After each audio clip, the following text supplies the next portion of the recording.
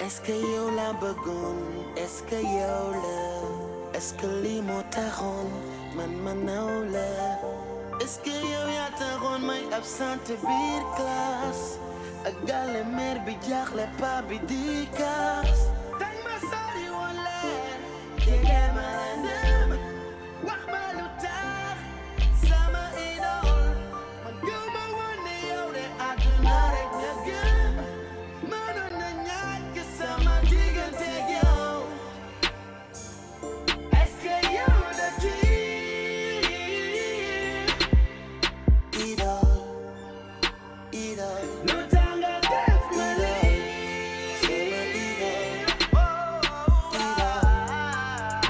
idole est-ce que yow la kii sama idole lu tax nga def ma lii idole lu tax nga def ma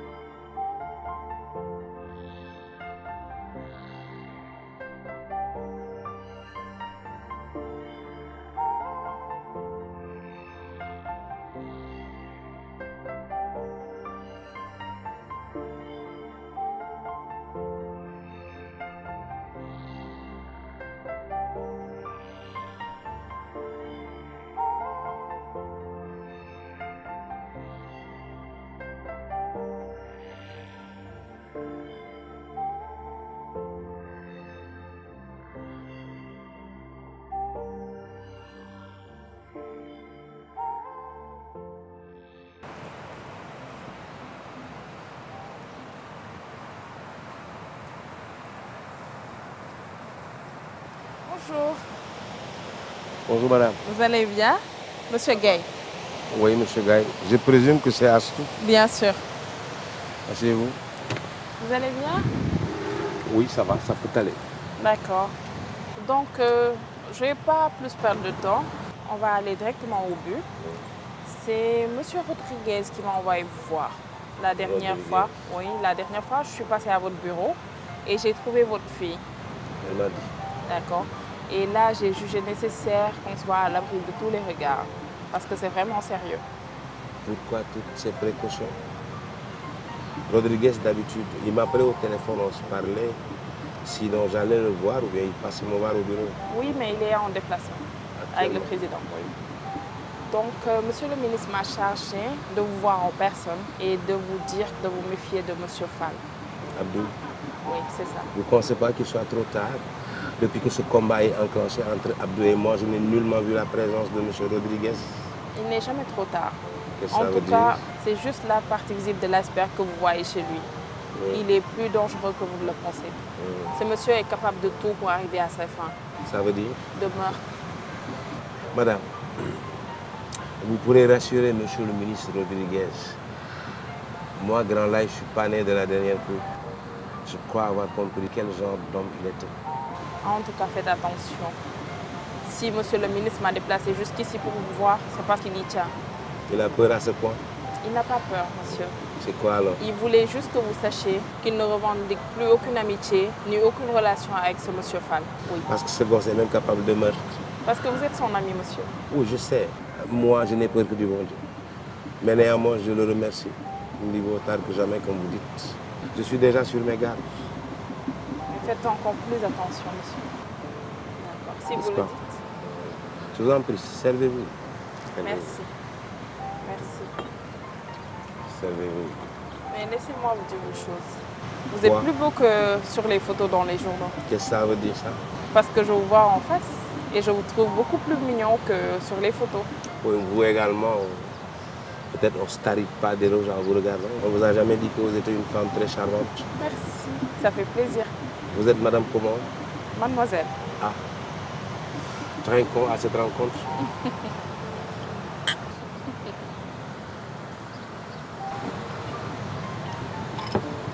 Allez, au revoir. Au plaisir de se revoir. Que le plaisir est pour moi. Il est partagé. Monsieur Gaye. À nos prochaines rencontres. Si vous prêtez à Dieu, mademoiselle. Inch'Allah.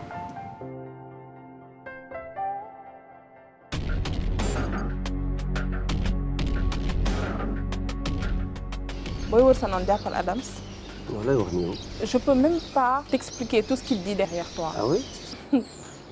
Tu sais, il y a des informations. Donc, il fallait que je sois sûre et certaine de certaines informations et tout. Il parle tellement mal de toi. Non. Adam, c'est mon homme de confiance. Ton homme de confiance. Si tu homme de confiance, je vais te xoolal. Yow sa bopp boo ne ma xoolal ma ko c'est parce qu'il y a quelque chose, c'est parce que tu as des doutes. Non, par rapport à jëf yi muy jëf ci biir ministère bi xam nga ministère bi y a tout le temps des informations qui vont qui viennent doo xam kan ma ko di si moo tax ma ne nga surveiller ma ko. Monsieur le ministre. boo bëggee dégg-dégg. Adams bu ay pexeem juwoon. ba tey fexeel na la. mais Adams il n'est que chauffeur dans le ministère. mais il connaît mon déplacement ku xam fooy dugg ak fooy génn. di dugg sa bureau di génn am na yoo xam te xam na ko da ngay nekk si oto bi di wax téléphone loolu yëpp mi ngi koy dégg donc il connaît certaines choses que peut-être yow sax tu ignores. en plus fan yii man la sonal fàttama bëgg a ñëw sama kër donc bi ma gisee yim lay def ak ni mu la bañee ak yooyu je me suis dit on a trouvé solution et là j'ai une excellente idée. laquelle xam nga sa noonu moom da nga koy sori. waaw loolu la ñuy wax de. voilà dama bëggoon daal ñu jiñ ko viol. lan. waaw ñu tëj ko 10 ans. man maa koy tapas jiñ ko viol ñu tëj ko 10 ans. mais dans tout ça après man qu'est-ce que je gagne dans tout cela. ku la bañ di la fexeel doo ut mu sori la waaw toogal da ngay xëy rek mu dal sa kaw. bon d'accord ok laisse-moi y réfléchir. Tu connais West Info, le journal West Info. West Info bu baax. Tu connais le patron de West Info? Pas personnellement mais gis naa ko fan yii ci journaux yi ñu koy kii du amoon na fi problème c'est ça? Oui mais gën ci problème yooyu. Ah d'accord. dama la bëgg changer mission à son niveau dama xamul bu fekkee tu es prête à y aller. Dis-moi. boo demee présente-toi comme une femme célibataire. D'accord. Et mets-toi en valeur. Ah waaye man kese du ma célibataire yow nag. Je peux te poser une question? Laquelle? Je me pose certaines questions. Pourquoi tu as toujours une alliance alors que tu n'es pas marié, tu n'as pas de femme, tu n'as pas d'enfant? C'est une très longue histoire. Un jour, il y a que m'a raconté là. Ta mission là, j'y gagne quoi? Tu gagneras beaucoup de choses. Ah d'accord, les manjots et Madame Rodriguez, pourquoi pas? Bon, donc, je suis trop vieux pour toi. Vieux? T'as vu comment t'es beau? Non, je vais être Madame Rodriguez.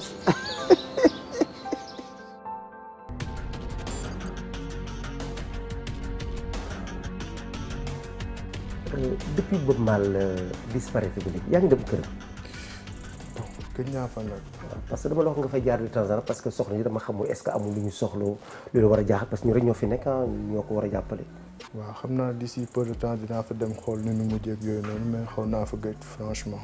kon wóor la bu fekkee ne deuxième épouse bi wasin na xamatu dara. non si. ah wasin na. waaw wasin na am na doom. lu tax waxoo ma ko nag lu it. pour man yëg nga ko monsieur Rodriguez. waaw yëgu ma yow yaa may informé yu mel noonu bu góor la am wala bu jigéen.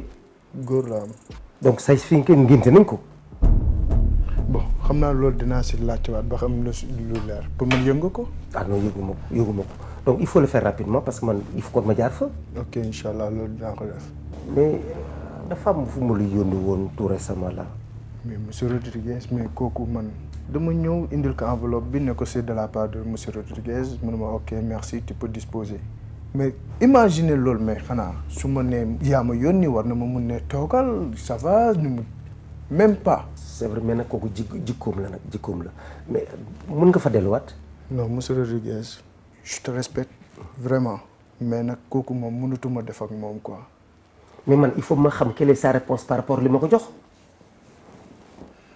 bon booy hésiter amul problème man dinaa ko woo wala ma dema foofu sama bopp quoi. non parce que man mosuma gis nit ku arrogant yi noonu. kooku jikkoom la.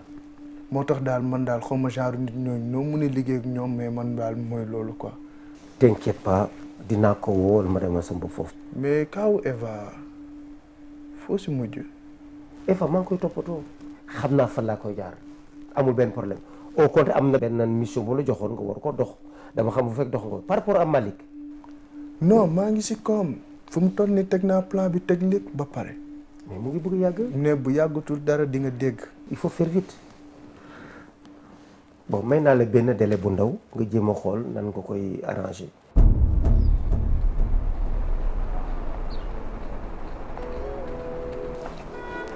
salaamaaleykum. maaleykum salaam. soxna si. na nga def. maa ngi fi. maa ngi am jàmm. jàmm rek. xàmme nga ma. yow de mën naa toog. waa toogal. bisimilah.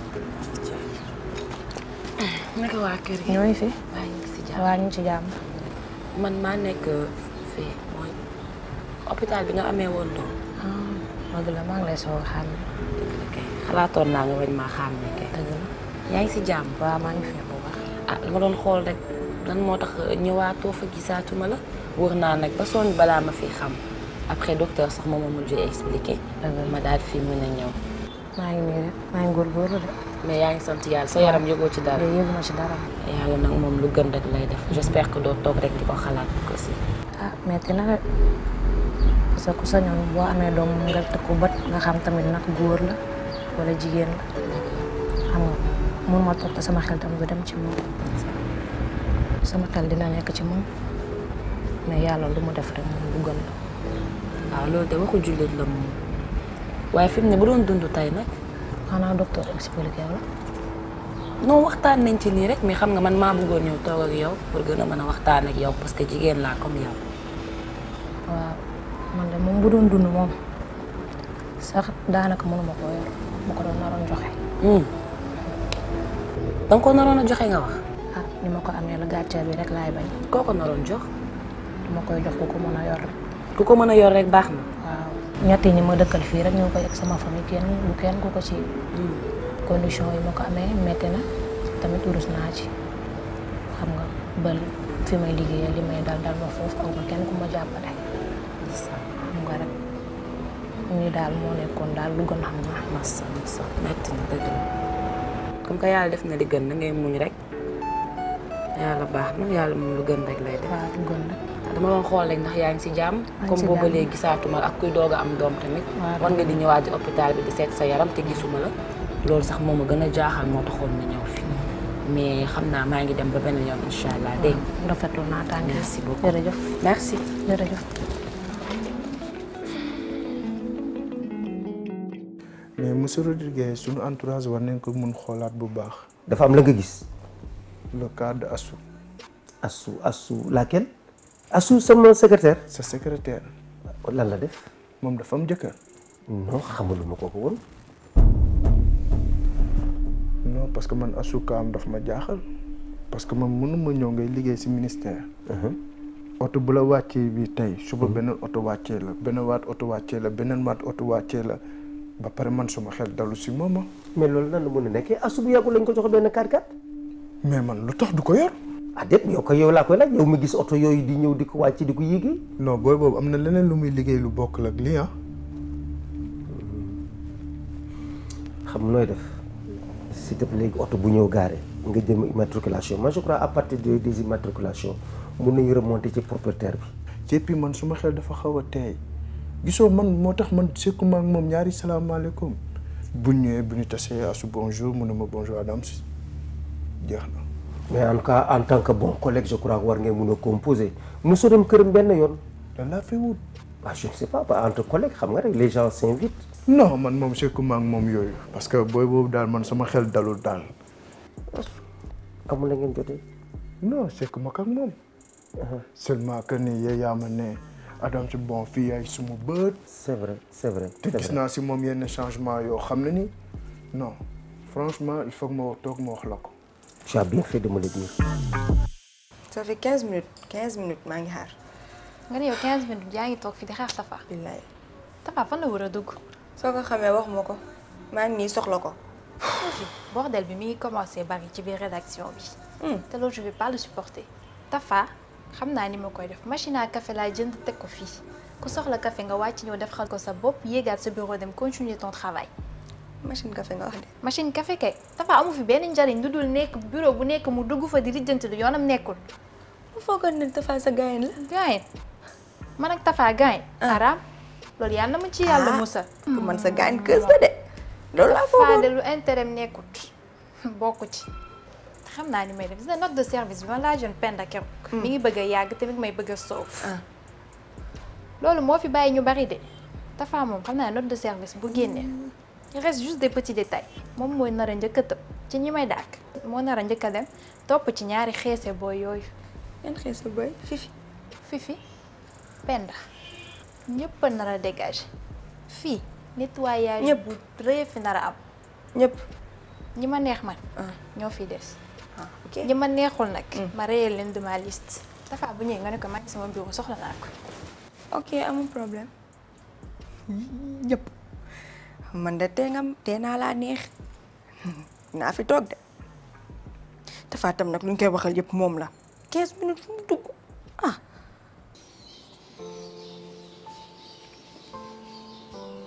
Tu dois faire des analyses. Ah ouais? De quoi?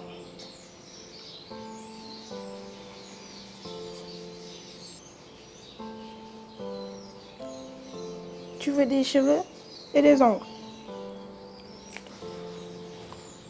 C'est qui? Nene et Tata. Ma Tata.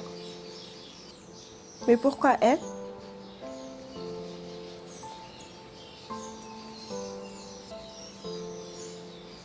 Tu vas soxla lépp lu ma entouré.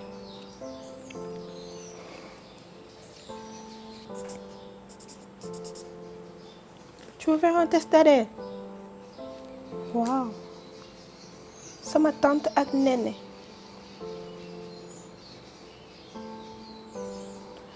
Sama tante, je vais essayer. Dinaa xool nu ma mën a def mais Nene. Bébé kooku je la vois rarement. yéen a ngi toog na nga def lan laa la waxoon. loo ma waxoon. nee naa la ba taay kii bu fi ñëwatee na nga ko yóbbu ci salle bi ah lan ngeen def ci néeg bi. dañ doon waxtaan rek dara nekk fi ma ne. mais waxtaan ba ci biir néeg abi nee naa la ba taay kii bu fi ñëwatee na nga ko entrer ci salle bi yow fan yëpp maa ngi lay gis sama kër gi jaabante bi nag bari na fi moom nu mu tudd. X lañ koy woowee. X lañ koy woowee X tur la X kañ mooy ku amul tur xam nga lu ma la yëgal soo ñëwatee na ngeen yem ci salle bi sa tànk nag bari na fi kii dama ko ne woon sax bu mu fi ñëwati bu mu fi tegati tànk que ça soit la dernière fois lii di fi am dégg nga li ma la wax yow nag moom wax naa ba sonn comme nag déggoo wax ma wax ak yow ni ngay waxee ak nit ñi xool ma bu baax.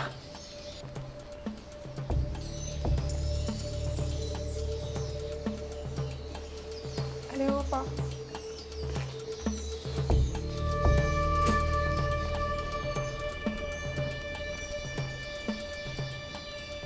ay Tata lii loo dimbali ma. mooy kii naa la. Tafa tamit foo nekkoon. ah booy danga ma yeb de magam jëm a dem doxi jaay business am nga naa foo nekkoon booy yebaate nga de. Tafa toog naa fi ay 15 minutes di la xaar. pour. lan lañ fi def fii. waaw mais mënoon nga toog sa bureau rek rek nag c'est que xam nga la ngeen war a bàyyi ah. duut foo leen noppali koo quoi di ma ko sëf. booy toogal sa bureau. nga woo ma taf ma ne la nga ne ma indil ma benn kaas ma indil la mu jël. Tafa yow wóor naa la gisuma la ñëw naa fii toog di la seet gisuma la ba ñu fekk ma fi. ku la fekk. Margot. di wax lan. di la seet. wéru boobu dafa dof de. ah yow mos nga yëg ni Margot wéru. déedéet. Margot dafa wér Margot di dof. waxi dof rek la yor. Tafa bu laaj la. sa machine café bi mu fi amoon taayale. waaw. waaw loolu ñaata lay jar. booy Racky gis nga machine boobu génnewu ma de si. waaw. non dafal ndànk rek machine bu ma mettee ngi noonu. booy yéen sama machine boobu yéen booy machine boobu dafa cher booy loolu grand laay xaalis bu weex tal la dindi booy jëndal ma ko booy. ni ma Moustapha xoolal del gérer affaire bi man na si booy di gérer ay casse 250 booy. yéen amu leen njëgam ba pare yaax ko booy Demba laa fekkoon muy ni mu waxee noonu dafa mel ni moom la. léegi yow yaa ngi naan Demba nga ko foofu ba pare ñëw man di ma ko sëf. ah lu fi indi ay waxi machine bi. ma xam ne kat machine boobu moo def ay café yu neex café yu neex lay def. boo la da ngeen am njëgam. mooy loolu dafa cher de. lenn rek laa lay wax. bu mu nee ñaan yu dëgër nga ñaan quoi machine yooyu noonu nekk en rupture. dégg nga loolu. maanaam Sénégal bi yëpp machine boobu mu nekk xool en rupture carrément dégg boo yow da ngay perdre yow da nga xaw a dof quoi ay rupture ay machine ay yow Goudiaby bi li mu marché yow dëgg la boo yow da ngay perdre. da ngay jékki-jékki di perdre quoi dem ay fuite de mémoire yooyu yow booy yax Margot yéen a xaw a yem temps yi de da nga xaw a dof kon Margot. yow ma lay arrangé daal la ngay ñaan man daal ñaan yoo xam daal nga kii te boo paree na nga ko buy ju de. boo bëggee dëgg-dëgg rek man sama ñaan moo mag ay machine yuy am ay rupture rek man sama ñaan booy ay mënin bët laa nekk di man booy sama ñaan xoolal su ma toogee di ñaan booy samay ñaan dafa kawe de ay ñaan yu rëy laay ñaan man dama bëgg a nekk millionnaire de am xaalis nga may ay machine inchallah yow gëm naa loolu. naa la indil café. man booy koy indi nga jaarale si Margot de. lu ma mu ngi lay seet. dof la bàyyi ko foofu. waaw mu ngi lay seet. bàyyi ko foofu wéyul. ta nga fay ma sumay bor de booy yow temps yi da nga may bëgg a soof booy da nga may ameel ay bor rek booy doo fay. lu ñuy wax a ngi nii su ma waxee ngay meer man sa jàmm laa la bëggal ah yow mënoo xool keneen ku dul kii daf maa ñu ko am xaalis kii dafa yor dara yow xoolal borom oto yi gaare ci buntu kër gi façon oto bu ne gaare na ci buntu kër gi ah xooloo ñooñu ngay xool kii mere naa la torobaan wàcce sa bopp torop. taa yow jaaxal nga ma yow kañ ngay changé dégg nga propos yi nga wax léegi nii. li ma wax lan moo ci ne sa jàmm dong laa la waxal. jàmm mooy yore xaalis. waaw jigéen da ngay rëy bët ci la xaalis moom ci la. mere naa la de tàngal nga sama xol bi nag. tu veux des cheveux et des ongles. sama temps je vais essayer.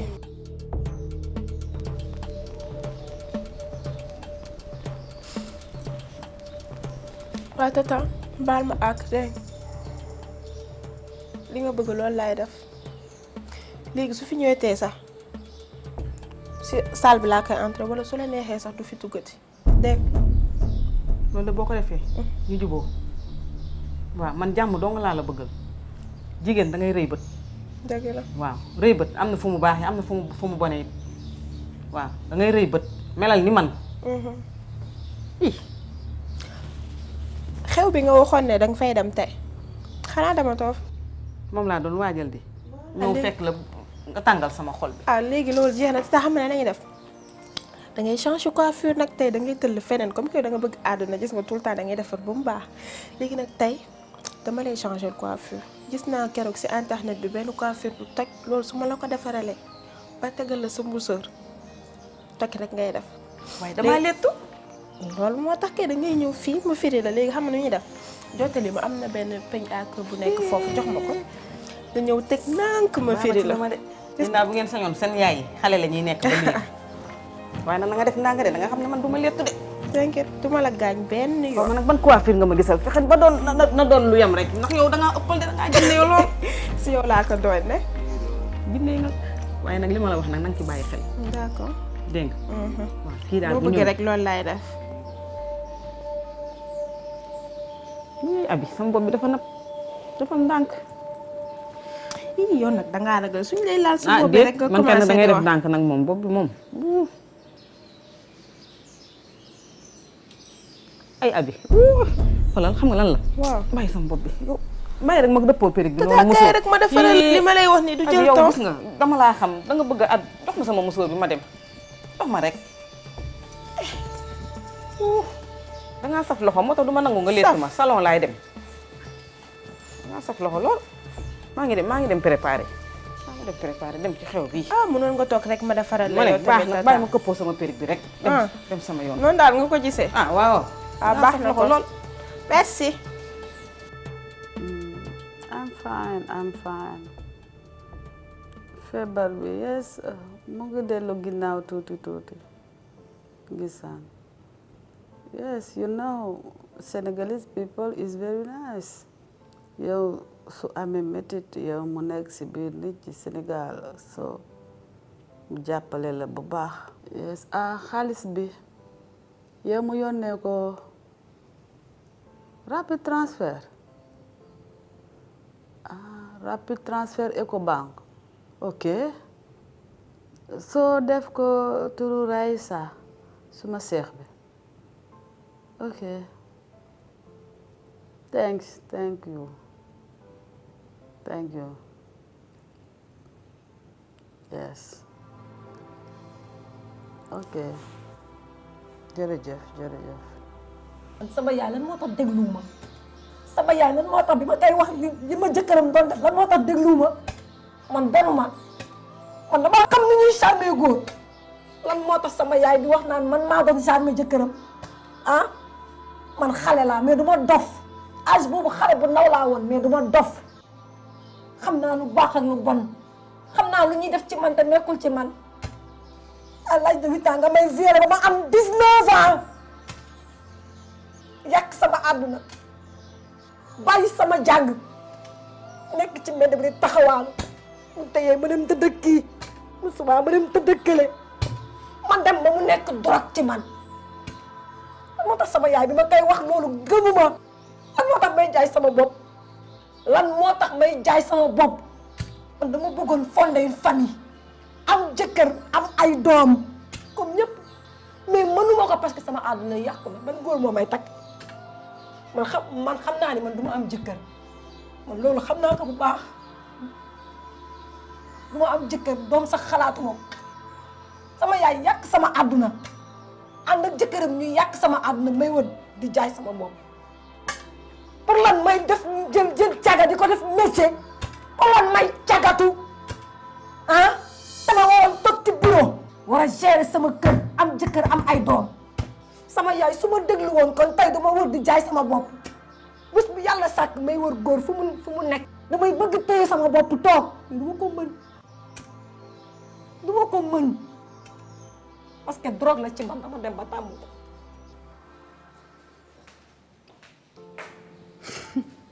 da ngay nelaw nii Raïssa non nelawuma mu tëdd nii rek nelawoo yes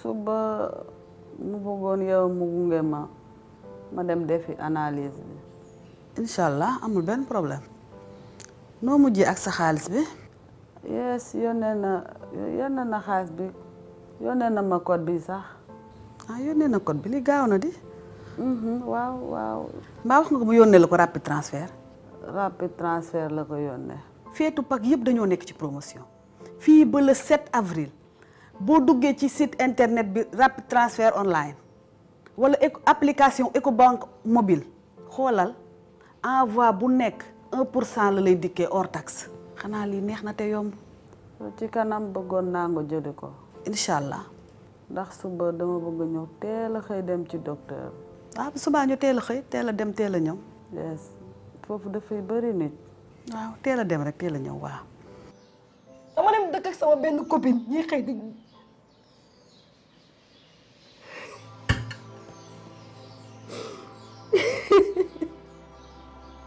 Fabito arrête de pleurer tey jii li ngay wax nii dëgg la xam naa ne metti na trop mais dama lay delloo si metti na waaye tey jii am na médecin yoo xamante ne nii soo leen jege ay spécialistes yoo xamante ne déglu nit la ñuy def delloo si nit tey jii di nga dellu si sa xel dina dellu si di nga dellu si waat ci li nga bëgg.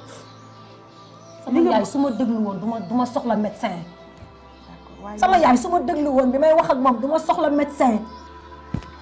man dama bëgg jëkkër dem sëy ji man bëgguma woon di jaay sama bopp man en tant que jigéen man. mais nag il n'est jamais trop tard pour bien faire Fatou Bintou di nga dellu si te lii maa la ko wax tu n'as qu'à suivre mes conseils demal jege ji spécialiste waxtaan ak moom di suivre ses traitements lépp dina baax incha allah tu es une femme et tu dois être forte d'accord. man mënatuma baax man mënatuma baax lay baaxee man sama der yàpp na fépp ñëpp a ma xam man lay baaxee man mënatuma baax damay toog di xaar yàlla rek ba mu neex ko rek mu jël ma man xam naa ni mënatuma baax.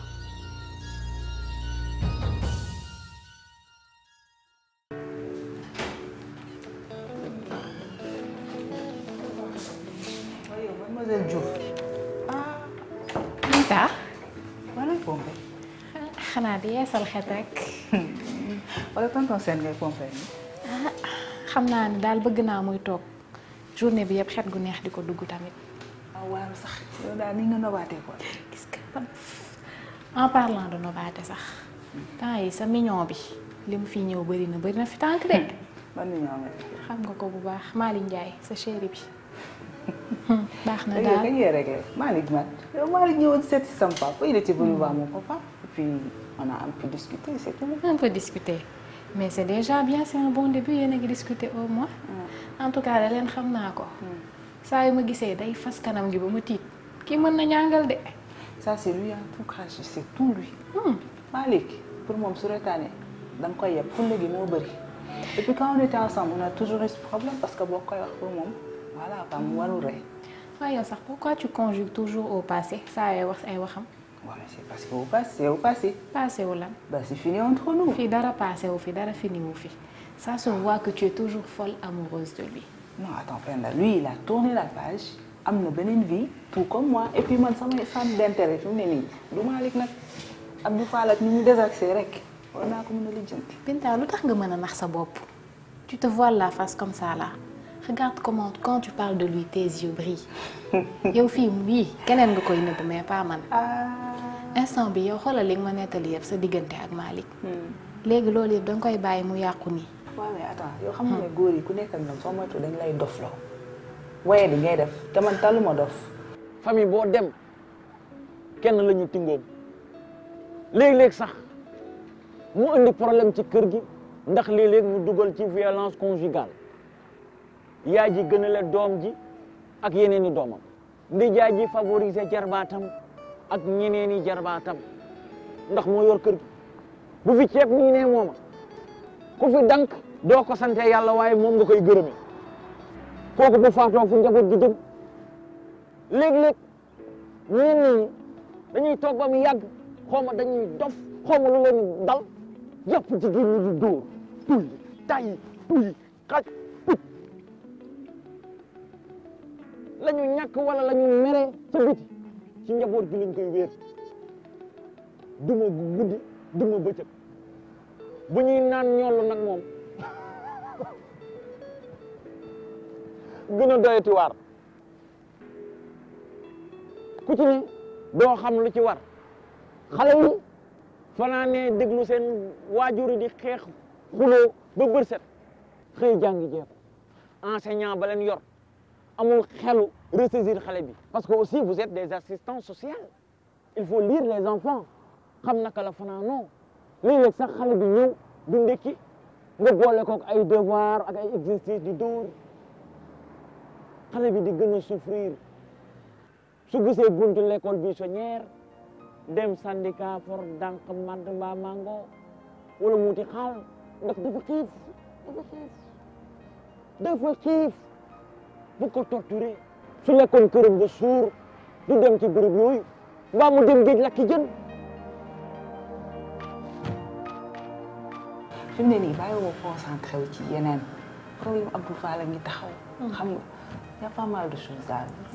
certes góor ñi sikk nañ torop surtout jeunes yi nii mais lenn moo am relation c'est des hauts et des bas et yow tu as géré pire que ce genre de problème là te y a une chose sa xol moom ki mu tànn munoo wax ba doo ko bëgg te man je sais que sa xol bi Malick Ndiaye la tànn tu devrais tout faire pour te battre et garder ce trésor là.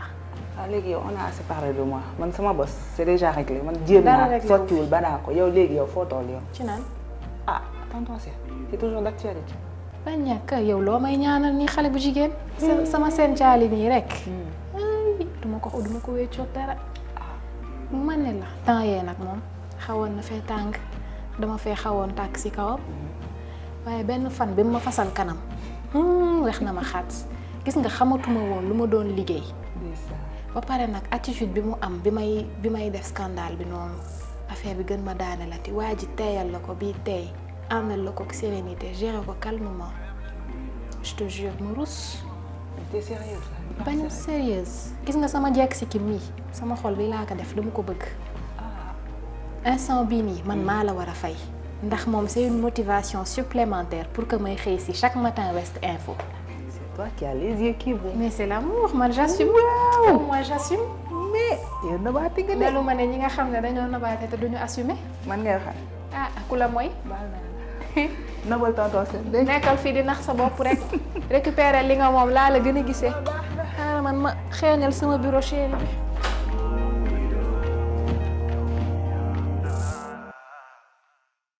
nag sa yaram. I'm good. yaa ngi wéet fii yow kenn rek quoi. non. yow doo génn sax doxantu ci biti quoi. yes yenn saa yi mu génn tuuti. sa santé alhamdulilah yaa ngi tane bu baax. yes alhamdulilah mu ngi sant yàlla bu baax. soo mu bëggoon la wax lu ndaw. mooy man mu dénk la Raïssa ak Binta famille bi. soo Raïssa mu bëri yëngu-yëngu wante nit bu baax la. mu dénk la ko daal but the family is a gift from God. that's right. famille moom alalu yàlla la quoi. c'est un don du ciel. that's right so ma wax la loolu but man mu bëggoon nekk place Raïssa man mu nekk USA mu liggéey mu wut xaalis mu fàtte njëriñu famille soo mu ñëwee fii mu feebar ma gis Raïssa ma gis doomam ma xam famille am na njëriñ man mu ngi nii ma am benn docteur soo xam ma fan la nekk man ma seet guddi mu seet bëccëg Raïssa mu laajte fii yéen mu am seen doom Binta. yes bu tëdd yéen mu xam bu yeewoo yéen mu gis ko soo fële xale bi bu amee benn at bi fukki at ak juróom-ñett mu moom boppam mu dem man xamul fan la ne. yow la jaxase.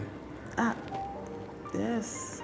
c'est vrai que sa feebar mënul ànd ak xalaat yu métti yooyu quoi mais alhamdulilah nañ ñaan yàlla mu niital la nga gis sa doom.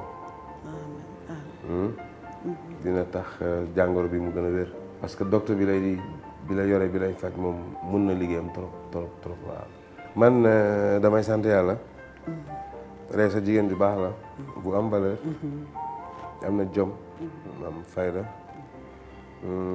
bëgg na ma itam. il faut ñuy mu ñëlante loolu mënul ñàkk. noonu laa ko bëggee. Binta moom she's my daughter. My daughter is a diamond for me. yes. waaw suma doom moom jamaa laa ko def mooy suma jamaa quoi bon bëgg naa ko trop. sa xel na dal foofu bu soobee yàlla. amul benn problème. waaw dinaa bokk ci seet bi ndax sa doom feeñ.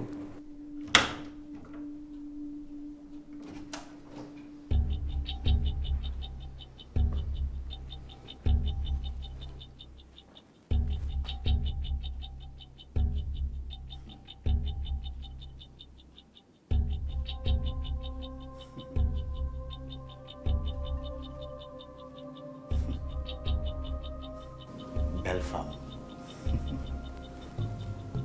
Bon choix, papa. Merci de donner autant de rythme à ma vie. Wow.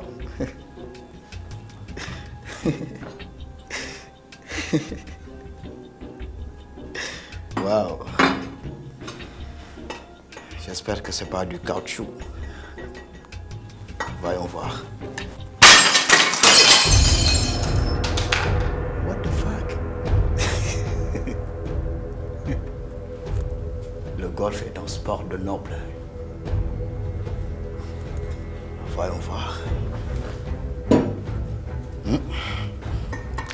Malheureusement, il n'y a pas de champion de golf au Sénégal. En tout cas, ils ne sont pas connus. Alors, hommage à ces golfeurs qui n'ont pas de publicité. Bus droit. Rifieur, ok. Ben, je sais pas. Attention au descend. Attention. Faut pas te blesser. Hein? Oh shit, ok.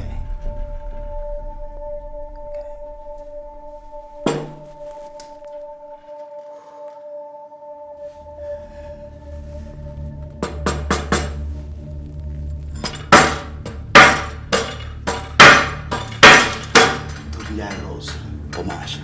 C'est la fiesta.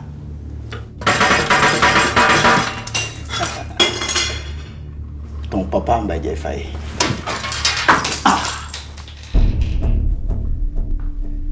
am baax ngeen ne am rôle.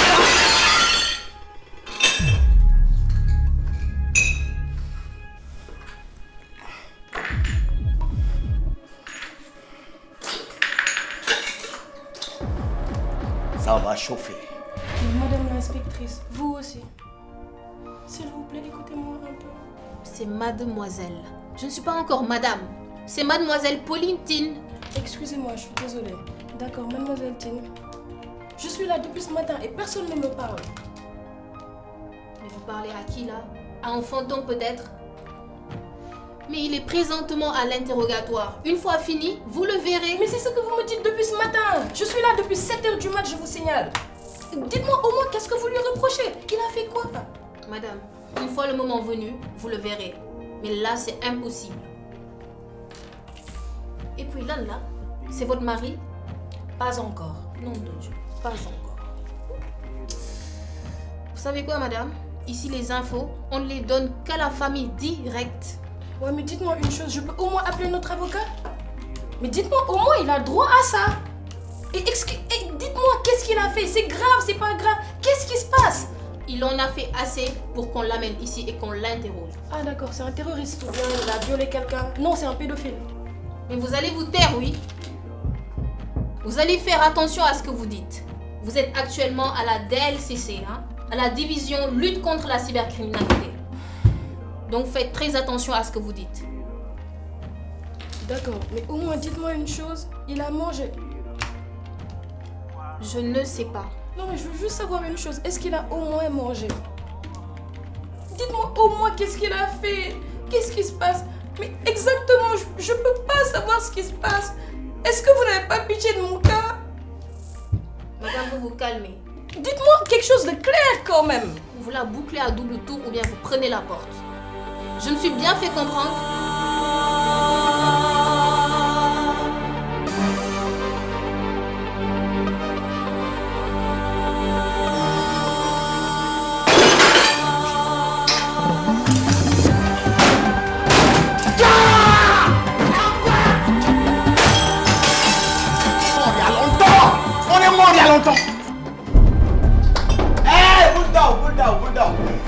ci gaale bi boobu fekk yaa ngi nelaw bàyyi di guddee tëdd bàyyi di guddee tëdd waa yow fekk yaa ngi nelaw ngeen nelaw ba naaj bi tàng man ma dugg sa kër ah daal di tàjji bunt bi daal di dugg dal quoi di yëngal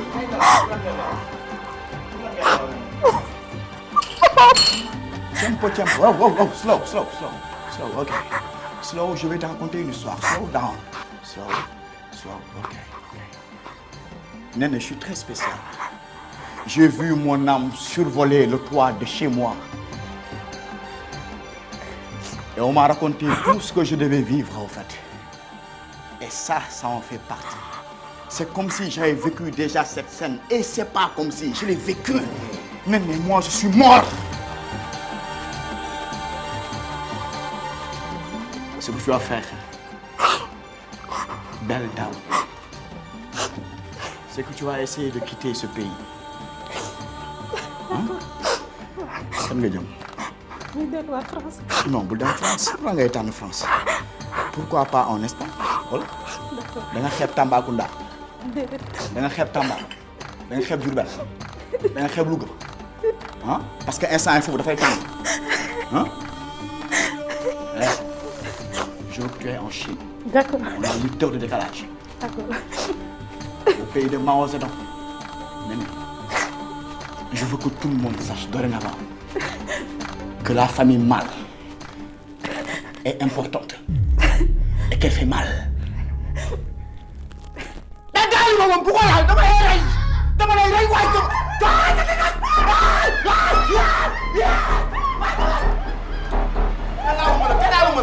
man maa ngi wax yow yaa ngi jeex ah te man laaluma la man laa la